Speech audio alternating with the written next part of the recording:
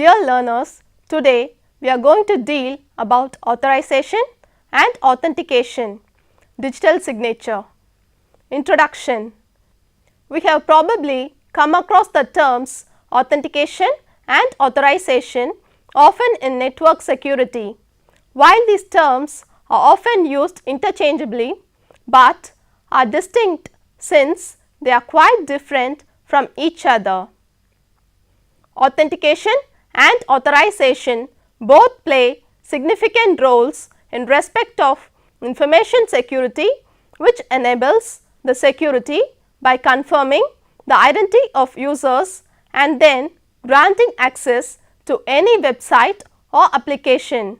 The identity of an user is assured by authentication, whereas authorization gives access to specific services and or resources based on the permission given to an authenticated user.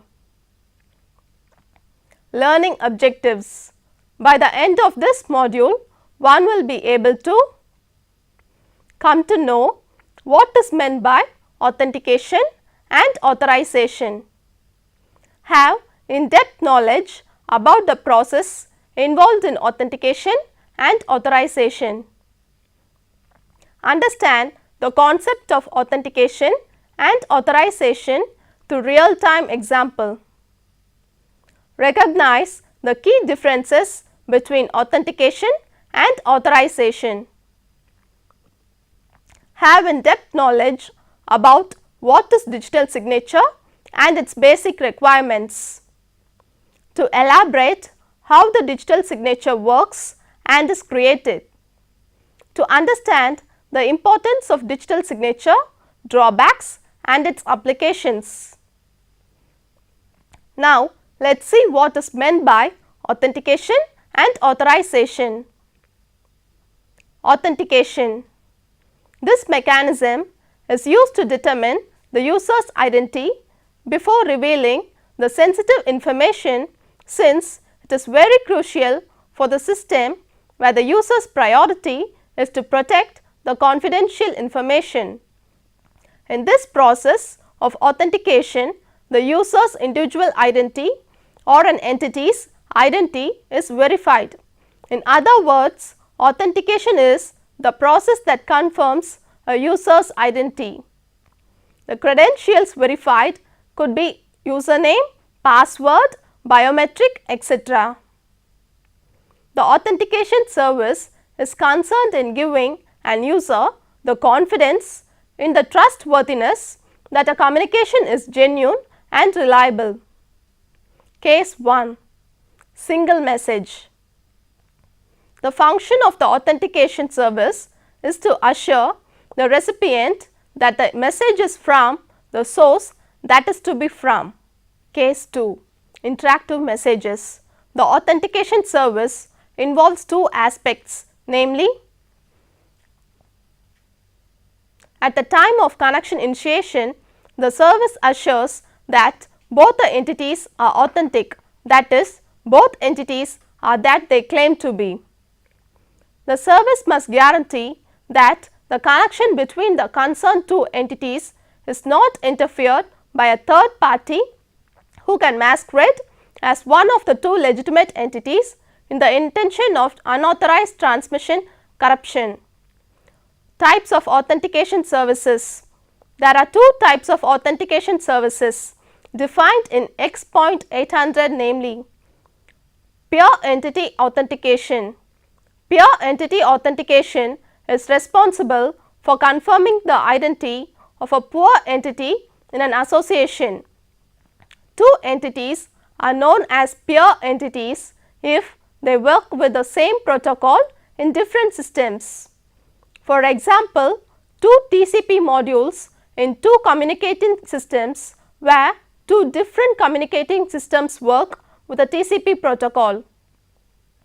This type of authentication service is provided at the establishment of or at times during the data transfer phase of a connection to provide confidence that an entity is not subjected to a masquerade or an unauthorized replay of a previous connection.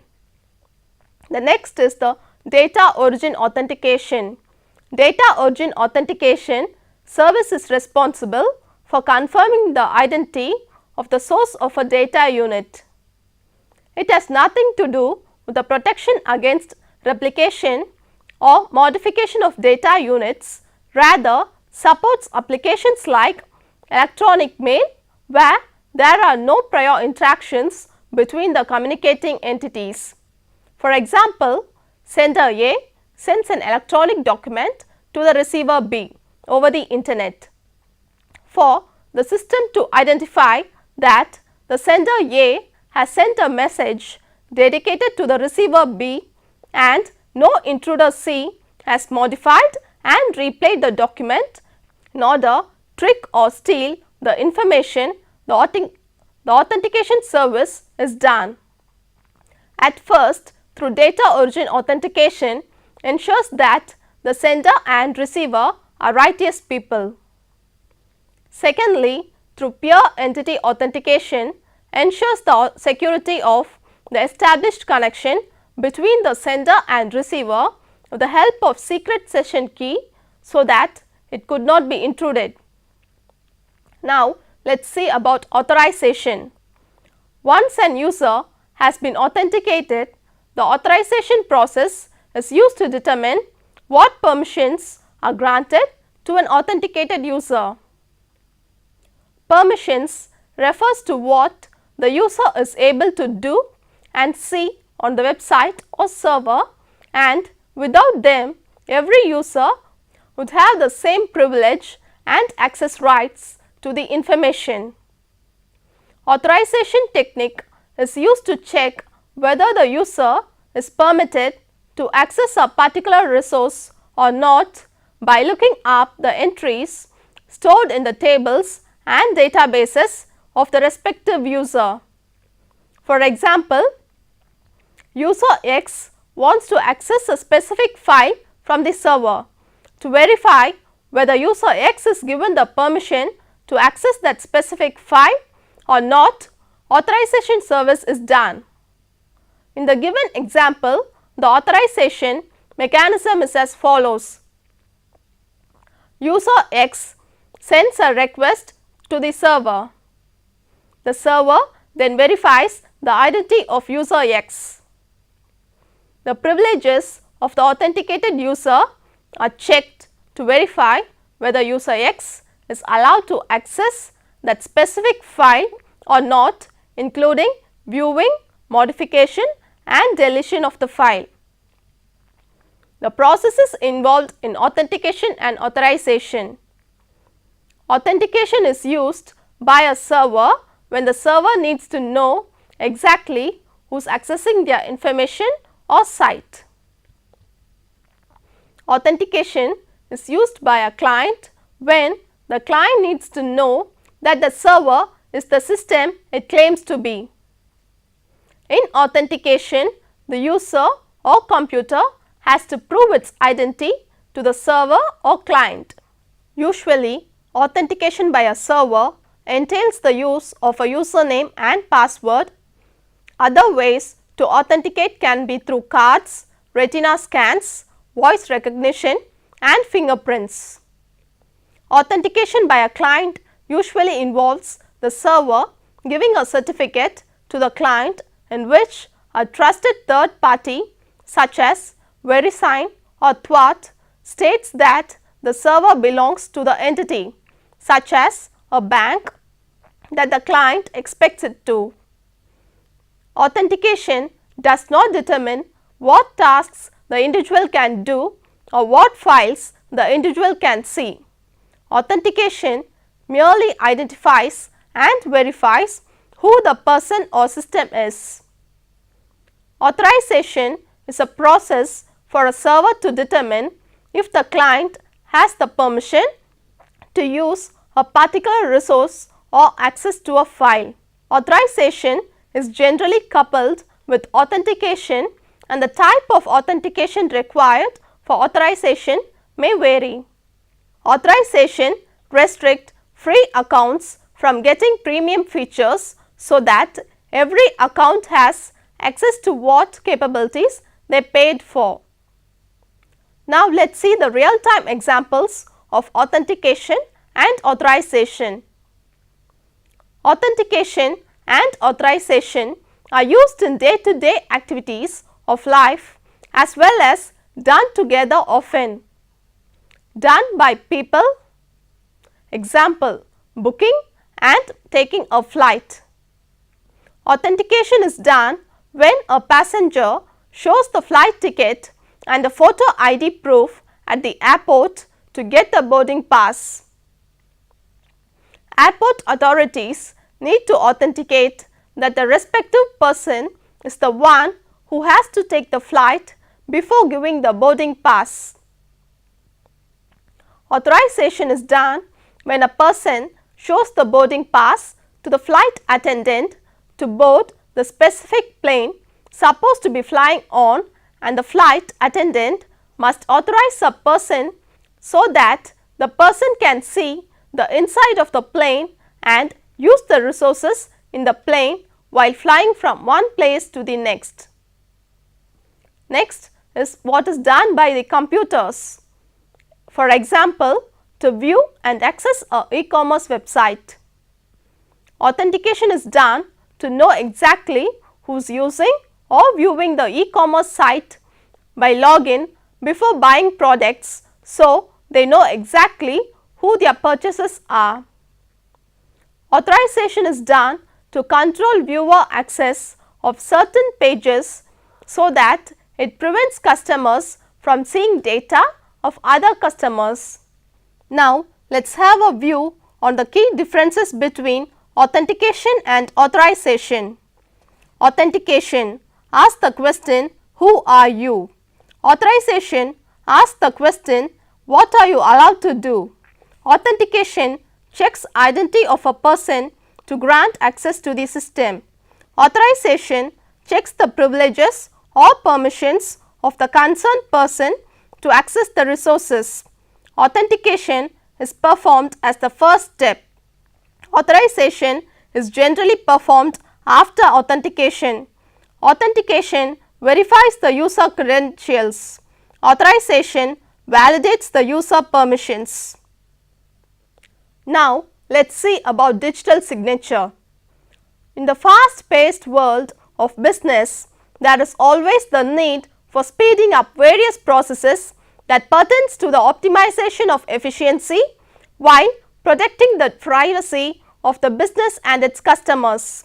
The use of digital signatures has continued to grow as a means of meeting the needs for faster and more secure authentication that cannot be easily counterfeited. A digital signature is a mathematical technique used to validate the authenticity and integrity of a message, software or digital document with more inherent security, intended to solve the problem of tampering and impersonation in digital communications. The basic requirements of digital signature. The basic requirements of digital signature are: the first is the private key. The private key is used to generate the digital signature, which is then attached to the message and is accessible only to the signer. The next comes the public key. The public key is used for verification of the received message and is made available to all those who receive the signed messages from the sender. The next is digital signature certificate. The owner of the private key and public key pair makes the public key available to all those who are intended to receive the signed messages from the corresponding owner. But if any dispute rises between the two sides, there must be some entity with the receiver which will allow the receiver of the message to prove that the message was indeed sent by the owner of the key pair, which can be achieved with a digital signature certificate. Now, let us see how does a digital signature work. the digital signature is nothing but a numerical value that is represented as a sequence of characters, while the creation of digital signature is a complex mathematical process that can only be generated by a computer. Consider a scenario where A has to digitally sign a file or an email and send it to B. The file to be digitally signed is selected, or the sign option in the email application is clicked by A. A's computer calculates the hash value of the file content or the message. To create the digital signature, the hash value is encrypted with A's private key, which is also known as the signing key. The original file or the email along with the digital signature are sent to B.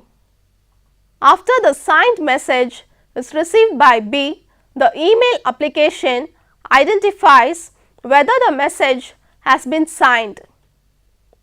B's computer now decrypts the digital signature using A's public key, calculates the hash of the original message and compare the hash it has computed from the received message with the decrypted hash received along with A's message. Any difference in the hash values discloses the tampering of the message. The digital signatures are based on public key cryptography and is asymmetric, since a public key algorithm such as RSA generate two keys that are mathematically linked, namely a private key and a public key. The user who creates the digital signature uses their own private key to encrypt signature related file or message, and the only way to decrypt that file or message is with the signer's public key. In simple words, private key is used for encryption and public key is used for decryption.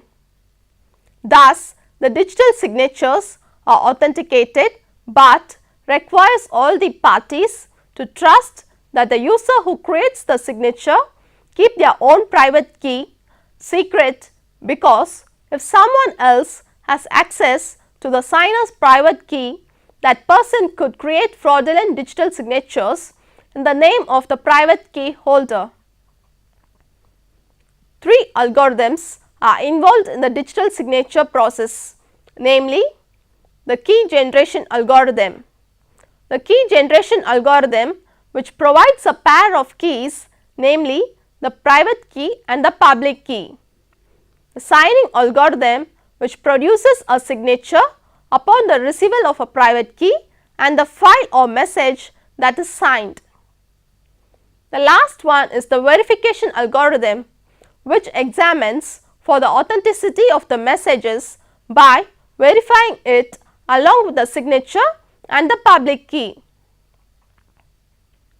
Briefly, the process of digital signing requires that the signature generated by both the file or the message and the private key can be authenticated by its corresponding public key, such that the user's signature cannot be replicated without having access to their private key. By applying asymmetric cryptography methods, the digital signature process has the ability to prevent several common attacks where the attacker attempts to gain access through some of the attack methods, such as key only attack, where the attacker has access to the public key; known message attack, where the attacker has access to valid signatures for known messages alone; adaptive chosen message attack, where the attacker gains access to signatures on various messages that they have chosen, but not the secret signing key. Now, let us see how to create a digital signature.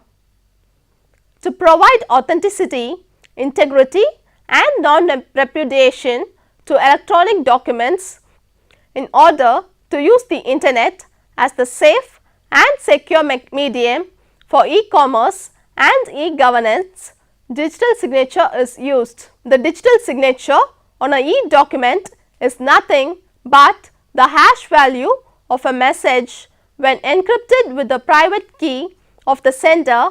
Hence, the digital signature varies from document to document, thus ensuring authenticity of the document, and as the public key of the signer is known, anybody can verify the message and the digital signature. To create a digital signature for an email message or file, a one-way hash of the electronic data to be signed is first created, and then the private key is used to encrypt the hash is the digital signature. A hash function is defined as a mathematical function that converts a numerical input value into another compressed numerical value, and the input to the hash function is of arbitrary length, but value returned is always of fixed length. The output returned by a hash function are called message digest or hash values. Hash functions are very useful and appear in almost all information security applications, since the value of a hash is unique to the hash data, since any change in the data will result in a different value. Digital signatures provide proof of authenticity, data integrity, and non-repudiation of communications and transactions conducted over the internet. Now, let us see about the importance of digital signature. Out of all cryptographic primitives, the digital signature using is considered as significant and useful tool to achieve information security, because apart from the ability to provide non-repudiation of message, the digital signature also provides message authentication and data integrity. Message authentication is achieved when the verification algorithm validates the digital signature using public key of the sender and assures that the signature has been created only by the sender, who possesses the corresponding secret private key, and not anyone else. Data integrity is achieved when the hash of the original data and the output provided by the verification algorithm matches, thus signifying that the data integrity is maintained. Suppose if an attacker has access to the data and modifies it, the digital signature verification at receiver end fails, because the hash of modified data and the output provided by the verification algorithm does not match, thus signifying the receiver to safely deny the messages, assuming that data integrity has been breached. Non-repudiation is achieved when the receiver could present the data and the digital signature to a third party as evidence if any dispute arises in the future, since it is assumed that only the signer has the knowledge of the signature key and is the only one who can create unique signature on a given data. The drawbacks of digital signature: the private key must be kept secured. The process of generation and verification of digital signature takes substantial amount of time.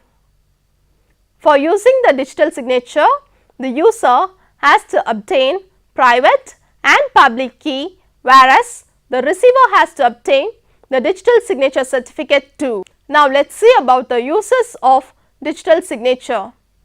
The beauty of digital signatures is that the digital signature can be used in so many sectors of life, such as personal use. One can always sign every email message or document sent out electronically for privacy and security purpose. Business: one can always send digitally signed documents to business partners, investors and other shareholders when communicating important official information, as well as while signing business deals and proposals, which makes the running of businesses very easy and smooth. Return filing for GST. With the introduction of GST in India, businesses have seen better days, but the filing of returns is what many people have had issues with, which is rectified with the issuance of digital signature and the availability of e-filing, making the process easier, faster, efficient and convenient. Let's summarize what we have seen. The authentication and authorization are the security measures taken in order to protect the data in the information system against fraudulent use. Authentication is the process of verifying the person's identity, whereas authorization is the process of checking the privileges or the access list of authenticated users. The success rate of various electronic mechanisms such as e-commerce, e-governance, e-learning, e-shopping, etc. is absolutely dependent on the security, authenticity and the integrity of the information that is being transmitted between the sender and the receiver is successfully achieved through the use of digital signature.